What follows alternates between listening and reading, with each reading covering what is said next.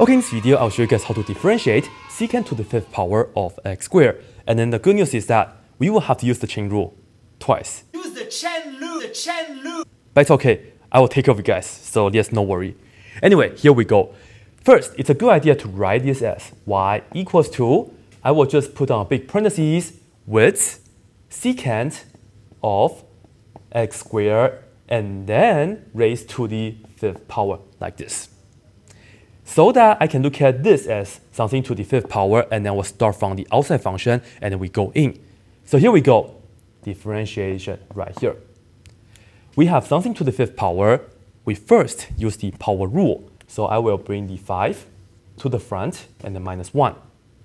So we will have 5 parentheses, 5 minus 1 power, which is fourth power, and the inside stays the same. So write down secant of x squared like this.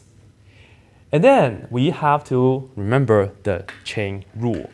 We are going to multiply by the derivative of secant of x squared. And remember, derivative of secant of something is secant of something times tangent of something. And you bring in the x squared right here. However, we are not done yet because the chain rule says we have to multiply by the derivative inside again. And the derivative of x squared is 2x. And with all that, we are done with the calculus part. Once again, we start with something to the fifth power. We brought the 5 to the front, minus 1, so we got the 5 of the same thing inside, to the fourth power. And then the chain rule says we have to multiply by the derivative of this inside, right?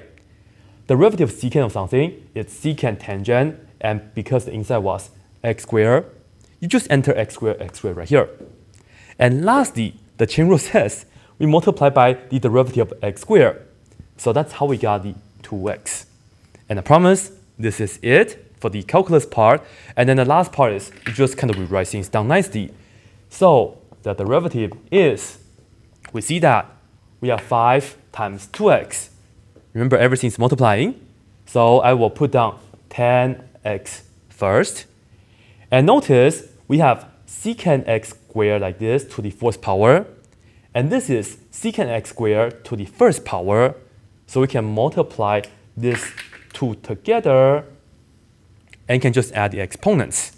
Namely, secant to the fifth power. I will just put down secant to the fifth power like this, and then the input was x squared like that. And of course, don't forget about the tangent of x squared. And with that, we are done. This is not that bad if you give it a chance. That's it.